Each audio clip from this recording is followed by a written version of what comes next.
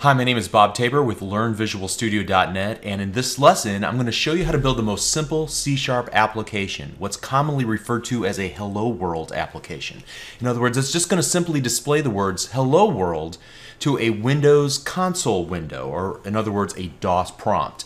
I'm going to do this twice. The first time I'm simply going to use Notepad and the C# command line compiler.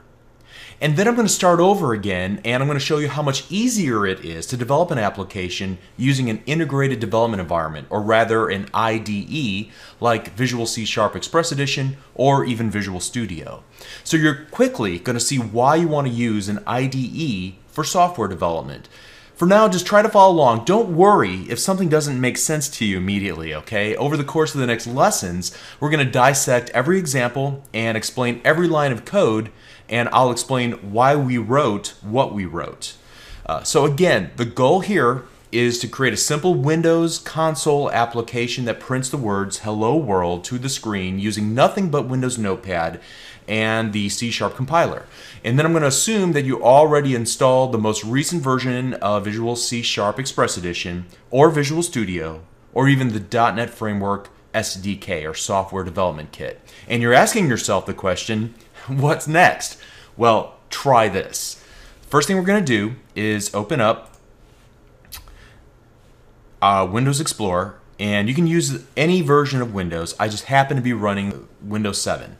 And I'm going to click on the C drive, and I'm going to right click to create a new folder called Hello World. You can put this anywhere, but I find that just to get started, this is the easiest place to find the files that you want to work with. There's a number of different ways to create the folder. Hopefully you're already familiar with how to navigate within Windows Explorer and create folders. I renamed the folder Hello World. All right, so now what I want to do is open up Windows Notepad. And here I'm going to type in the following lines of code, and I'm going to do this paying attention to things like capitalization, obviously spelling, the punctuation or the various types of symbols that I use on my keyboard. These are all important. Okay, so type it exactly the way that I type it.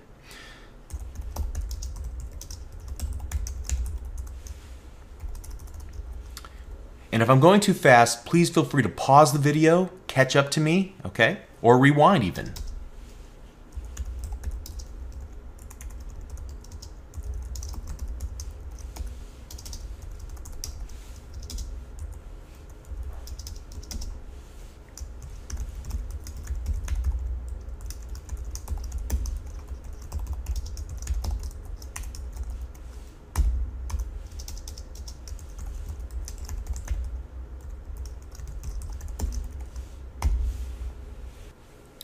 Okay, so while you're catching up to me, keep in mind it has to be exactly the way that you see it here, or you're going to get errors whenever you try to compile your application.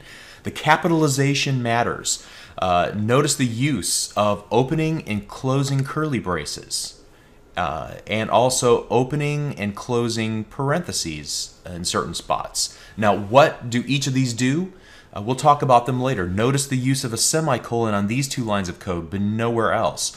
Notice the capitalization on words like hello and world and main, and the lowercase public and class and static and so on. Okay, these are all important. Just make sure everything is exactly the same. I can't emphasize that enough. Beginners often miss the importance of exactness when writing code. Human readers are more forgiving than a code compiler, okay? So now what I want to do is save the work that I've done as, so file save as, and I'm going to navigate to that folder that I created. And I'm going to double click into the Hello World folder. I'm going to change from TXT documents to all files, otherwise I won't be able to save it the way that I want to with the correct file extension. So here I'm going to type in the file name helloworld.cs and then click the save button. Now if I go back to Windows Explorer, I should see single file helloworld.cs, and you can even see that it recognizes it as a C# file because of the little icon that places next to it. Also, make sure that you didn't leave any spaces between the word hello and world. Okay, so the next thing you want to do is go to the start bar at the bottom, and I'm going to type in the word under in the search bar, CMD, and it should show search results with the command prompt. Now, what we need to do is not click this just yet. We need to right click, which brings up a contextual menu, and I want to run as administrator. All right, this will make our life a little easier if we do this. And when our user account control dialog pops up, we want to agree that we want to allow this program to make changes to the computer. So I'm going to click the yes button. All right. So this command application, the CMD application, is also known as the Windows Command Line Interface or the DOS prompt, or a few other common names.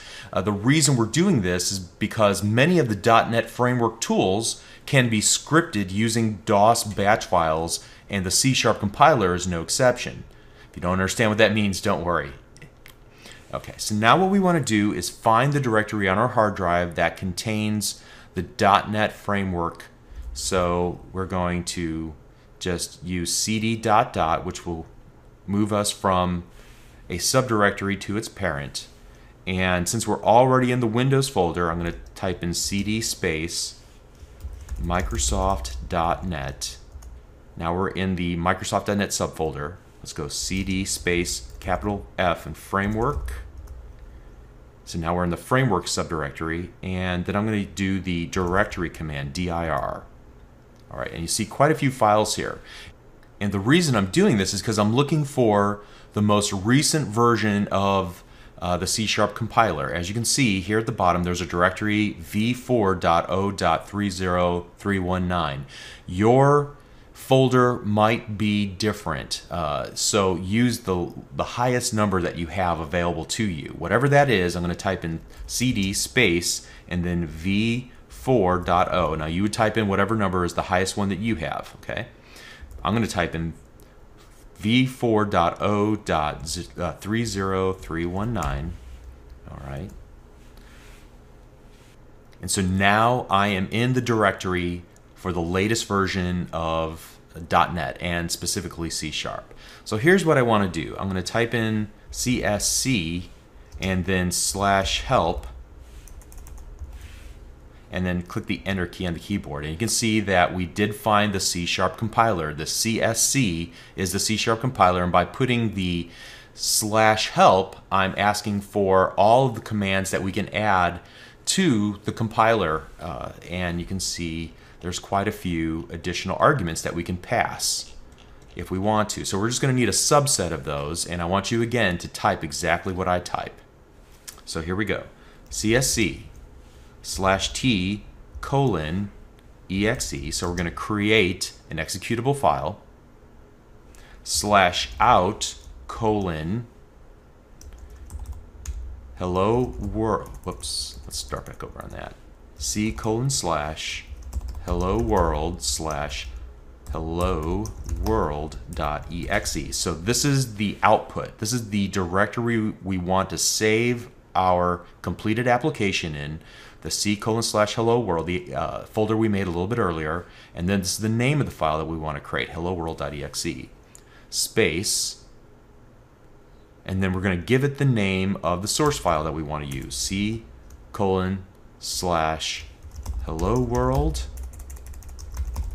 / hello world.cs. That's the file that we created in Notepad. Now, if I left off some of the path names, our new executable the C# compiler may not be able to find the source code if we left it off here, and it probably would create this hello world.exe inside of our .NET framework v4.0.30319. Okay, we don't want that. So I'm going to go ahead and hit enter on the keyboard now, and you can see the C# compiler goes to work and we get no errors. Furthermore, if we come back here to the Windows Explorer, we can see that we now have a new file, an application file called Hello World. If I double click this, now we get a Windows console window with the word Hello World displayed prominently. And if I hit any key, or I guess the return key on my keyboard, the application will exit. All right? Now, if you run into problems at this step, it's probably because one of a couple of reasons. There's a problem with the source code that you write, so I need you to rewind the video and double check what you wrote. Did you write the C# code exactly as I typed it in? And by exactly, I mean exactly, down to the capitalization, spaces, punctuation marks, and so on. Have to have an eye for detail. All right. It could be because there's a problem with that long DOS command that I asked you to type in just this last step. So are you sure that you typed that correctly? And then third, you may have a permissions problem. Even though you're working as administrator in this window, there might be some special security setting that's unique to your computer. So take a few moments and investigate what permissions have been applied to the .NET Framework subfolder. You shouldn't run into any problems when you're running as administrator. There might be something wrong with the way that you have your computer set up, okay? So, and here's a hint, read error messages carefully. It'll probably give you some clues as to which of the three possibilities, A, B, or C, that I just gave you, which one of those are the culprit, okay? You might even search online using the phrases from the error message to find somebody else who reported the same problem, and perhaps there's somebody nice enough out there who helped them figure out what the problem was, and you can use some of that information yourself. So, I want to emphasize something. If you get stuck here, don't let that bother you. Don't get stuck at this step. If it doesn't work for you, don't worry. This is not crucial for you. The fact that you can't get it to work easily is exactly the point that I wanted to make in this lesson. There's an easier way to do this, so keep watching this video. With rare exception, do programmers code and build their applications using just Notepad and just the command line version of the C# compiler. So what I want to do is this. I want to switch gears now. The point of this exercise was to show you that you don't need to use Visual C# Express Edition or Visual Studio, an IDE, an integrated development environment. You can do all your work in Notepad and use the C# compiler if you wanted to. That'd be fine. But I want to show you that there's an easier way to create this exact same application using a modern integrated development environment with emphasis on the integrated part, because we don't need to open a bunch of different windows and create directories and then issue cryptic DOS commands and more. It can all be accomplished along with many other amenities and shortcuts using a single tool. So what we're going to do is now recreate this exact application using Visual C# Express Edition.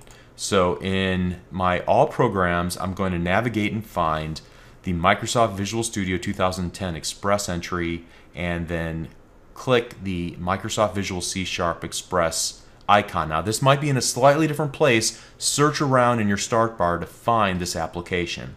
It should have a little green logo around the letter C#, or it should look more like this infinity symbol for Visual Studio, depending on which application you're using. So I'm going to click on the logo, and again I want you to follow exactly what I'm doing here. First of all, I'm going to select File, New Project. This will open up the New Project dialog. I'm going to make sure that I select C# under Install Templates, and then Console Application in this middle pane. Okay, and then I'm going to type in the words Hello World, and then click the OK button. And after a moment or so, you can see a project is set up with some source code in the middle. Looks a little bit like Notepad, but we have different colors and things of that nature, and some of the things that we typed are automatically typed out for us, so we get a little bit of a head start here. Now the next thing that I want to do is start typing between this open curly brace and closing curly brace right here underneath the word static void main. I'm going to just use my return key to create a little space for myself, and then I'm going to start typing the word console, and when I do, notice that a little window pops up. We'll talk about IntelliSense later, but I'm going to continue typing. Just ignore this for now. Console.writeLine, and then I'm going to use an open quote, hello world, close quote, close parenthesis, semicolon. Go to the next line, console.readLine, open and close parentheses, and then semicolon. And again, if you need a moment to catch up, pause the video, rewind the video, but you have to make sure that the 2 lines of code you write, first of all, are exactly in this place, and then also you have to make sure that they are exactly typed the way that I've typed them here, with capitalization, with no spaces, with the period, open parenthesis, double quotation marks, the semicolon at the end. These are all important. We're going to talk about every single bit of this syntax. It's simple once you get it explained to you. I assure you that. Don't be intimidated by it at this point. All right, so once you've done all that, then use this toolbar area, and you want to find this Save All button. It has multiple disks, and I'm going to click that, and the Save Project dialog pops up. I'm going to click the Save button and use all the default selections in that dialog. Not going to change a thing. And now I'm going to use this little Start Debugging button. It looks like a green arrow, and this will execute my application. And notice that it pops open a Windows console window with the word Hello World, and all I need to do is hit the return key or the enter key on my keyboard for the application to stop executing. Okay, so let's suppose for a moment that you were not successful, that instead of seeing an application pop open, the console window with the words Hello World in it, that something else happened. You saw, for example, this error message. It says, there were build errors. Would you like to continue and run from the last successful build? First of all, at this point, let's click No.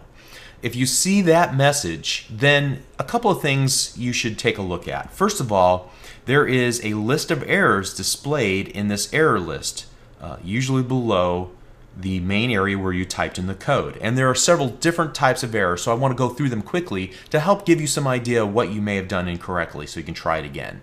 First of all, if you see this invalid token with an open parenthesis in class, struct, or interface member declaration, chances are that you typed the code in the wrong place, all right? What I need you to do is highlight with your mouse cursor both lines of code, and then hit Control X on your keyboard to cut them and put them on the Windows clipboard, and then Control V to paste them back in between this open and close curly braces. Different commands belong in different code blocks, and we're going to talk about that in an upcoming lesson. But for now, just copy and paste and then try to run the application a second time, and it should work. Another possibility is that you've forgotten to add the semicolon at the very end of each line of code. Notice here when you do that you'll get a little red squiggly line at the end of each line of code, indicating that you forgot the line termination character. So when you attempt to run the application, you'll get the error message and you'll see semicolon expected on both for 2 lines of code. And so to remedy this, you just simply need to add a semicolon at the end of each line. Perhaps you forgot to use the double quotation marks. In this case, the words hello and world both have red squiggly lines underneath them, and when you try to run the application, you'll get some error messages that say close parenthesis expected, line termination character expected, invalid term expression. And so at this point, what's the most helpful thing that you can see here is that these literal words, these strings of letters and characters, need to be surrounded with double quotation marks. That will remedy the issue, and you'll be able to run the application again. Perhaps you didn't pay attention to the capitalization when you were typing in the word console or read line, and when you attempt to run the application, you see the name console doesn't exist in the current context. All right. It's because C# is case sensitive, and the correct term is not _C console. It's uppercase C console. And the same would be true then for read line. It's not read lowercase l line, as we can see here. It's read line with a capital L. All right, so again, precision is important with C#. And there are some shortcuts that'll help you get around this, and I'll talk about those a little bit later. Okay, so again, if you find some errors or issues whenever you're typing in the code, Try to pay attention to the error list and let it guide you on how to remedy the situation. It's usually something very small, and once you learn more about the C# syntax, these issues will occur less and less often, or at least you'll be able to spot them, identify them quickly using the little squiggly lines, blue and red squiggly lines. We'll talk about what those mean in upcoming lessons. All right, so assuming that you got things to work, you're well on your way to building applications. Hopefully you can easily see the value of using an integrated development environment like Visual C# Express Edition or Visual Studio to build applications. The IDE manages the files required to write applications. It provides pop-up windows while you're coding to help prompt you what to type next. It gives you feedback about what you typed in correctly and a lot more. So let's recap what we talked about in this lesson. First of all, we started by building a simple C# application using nothing but Notepad and the command line version of the C# compiler. While possible, definitely not a pleasurable experience. This should reinforce why you need to use an IDE like Visual C# Express Edition or Visual Studio. Secondly, writing C# code is an exercise in preciseness. Fortunately, the IDE will help you write code correctly, or at the very least, show you where you went wrong. Third, regardless of whether you use the command line version or the IDE version, your C# code gets compiled into an executable application with the file extension .exe. In .NET terminology, this is called a .NET assembly. And there are different types of .NET assemblies you can create for various scenarios. And I'm going to explain more about code compilation and the process of compilation and how the .NET assembly works under the hood to give you even more insight to the inner workings of your applications. So in the next lesson, we're going to focus on the syntax of the C# code that you wrote. If preciseness is required, then you're going to need some explanation as to what all those little words and symbols actually mean. It's easy once you get a few of the basics under your belt, I assure you. Okay, so we'll see you in the next lesson. Thank you.